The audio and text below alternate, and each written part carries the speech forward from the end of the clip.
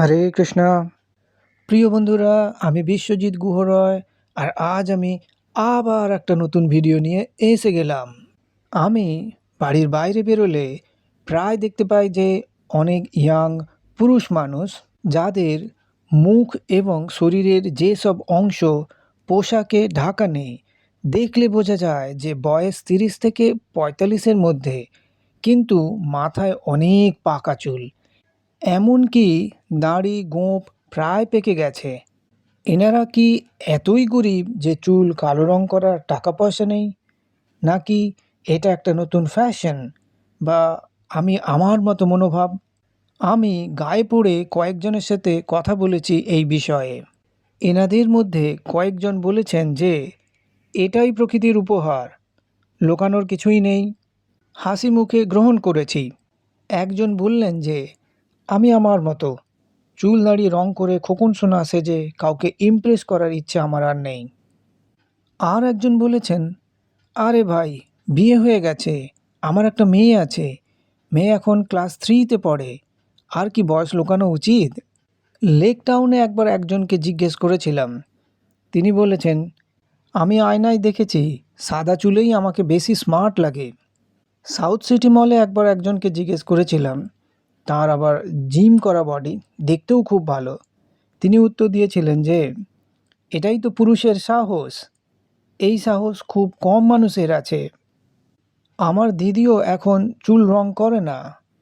দিদি প্রায় বলে যে এই পাকা চুলগুলোর জন্য আমি সব জায়গায় আগের তুলনায় এখন বেশি সম্মান পাই। আমার বেশ ভালোই লাগে। সিনেমা বা ফিল্ম এবং ফ্যাশন ইন্ডাস্ট্রিতে ছোট ছোট খোলা খোলা পোশাক পরলে সবাই বলেন যে এটাই বোল্ডনেস, সাহসী নায়িকা এবং সাহসী নায়ক। তার মানে ছোট ছোট পোশাক পরতে গেলে সাহসের দরকার হয়। তাহলে দু একটা পাকা চুল দেখা গেলেই তাড়াহুড়ো করে যারা রং করে নেন, তাদের কি সাহসের অভাব? আমাদের আত্মীয়দের মধ্যে সব পিসিমণি, মাসিমা, কাকিমা, বৌদি, এনারা সবাই চুল রং করেন। আমার দিদি এনাদের সবার থেকে বয়সে ছোট, কিন্তু দিদি চুল রং করে না।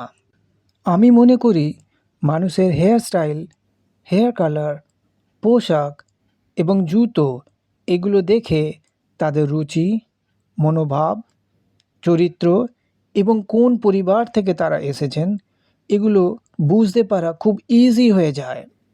সমাজ কি বলবে, সমাজ কি ভাববে, এসব কথা ভাবতে ভাবতে আমরা অনেকেই জীবনের অনেক মূল্যবান সময় নষ্ট করে ফেলি।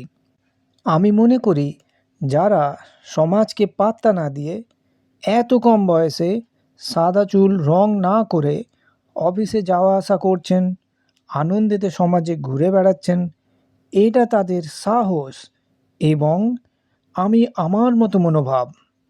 বন্ধুরা, এই বিষয়ে তোমাদের কিছু বলার যদি থাকে তাহলে কমেন্ট করতে পারো।